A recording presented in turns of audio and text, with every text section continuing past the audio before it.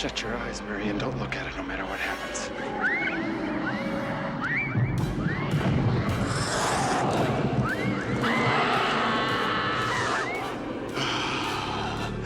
In Raiders of the Lost Ark, Bellic's head blows up, Dietrich's head shrinks, and Tote's head melts right down to the skull. And so, I said, fine, how are we going to do this? I had no idea how we were going to pull this off. So I certainly had the actors pose in the different positions. I had Bellic scream, I had Tote scream, I had Dietrich scream, and that's all ILM had. And it was up to them to go off and bring back to me an effect that was suitable.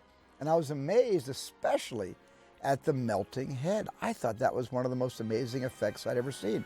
And I love as the hat no longer fits him, but comes lower and lower and lower as the face drops away.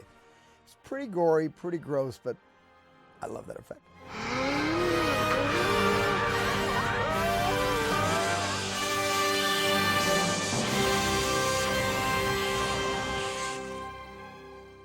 When it was brought to me and said, let's do the melting bit on it, I kind of said, okay, there's got to be a way to do that. I'd never done it before, hadn't really done anything like it before. I didn't know anybody who'd done anything like it before. And the interesting thing is the guys at Kerner Optical, which is the sort of model shop, creature shop, now separated from ILM, they're going through a simplified version of what I did to illustrate the basic steps of the process.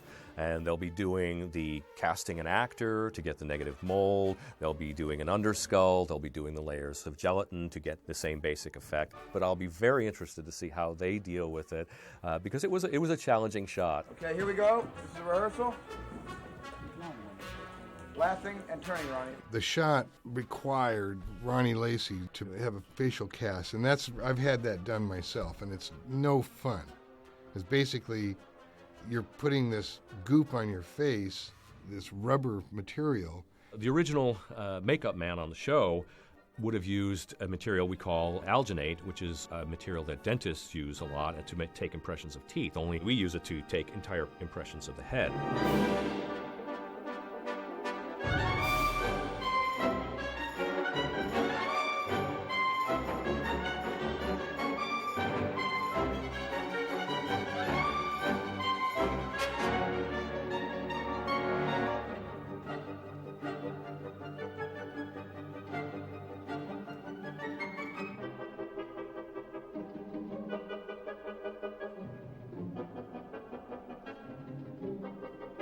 Yeah, there you go.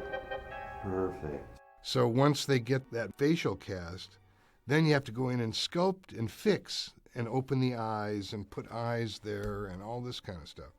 So it was a very trepidatious experiment. Basically what I did was I took the negative mold, which was the face of the character, and the underskull had to be made out of stone to withstand the heat. And I had to sculpt it to actually sort of match the negative image of the character. And then I left a space in there for the dimension of the skin. I had worked with gelatin before and knew that it melted at a and was still very thick. So I decided to go with that. And what I developed was a formula for the gelatin so that it was extremely delicate. It melted at a very low temperature, but it also didn't last very long, which caused a lot of concerns. And the way it worked was that I painted in very thin layers of gelatin every step of the way, each one a little bit different color, and as I did so, I would layer in veins. Some veins were made out of literally colored yarn soaked in gelatin, so that there was stuff that would be dripping off and falling off as it happened.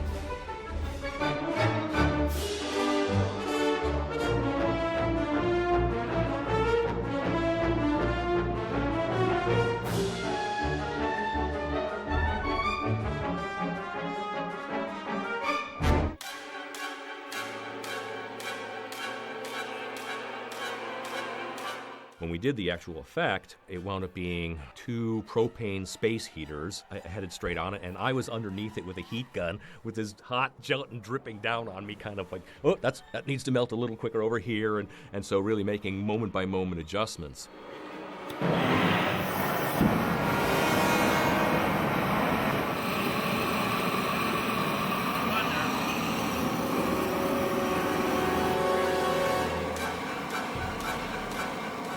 Even though I got the gelatin melting fairly quickly, it still was a long process. It still melted for, I think it was 10 minutes or something like that, 8 or 10 minutes maybe. And so they had to speed it up in the lab.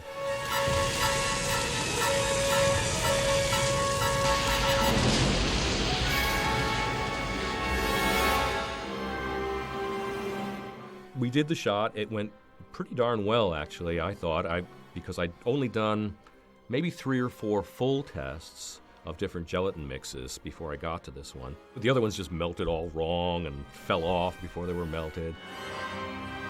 And so we got really lucky on that take, and everything worked really well. And it seemed to be a pretty effective shot in the film, so in the end I was happy with it.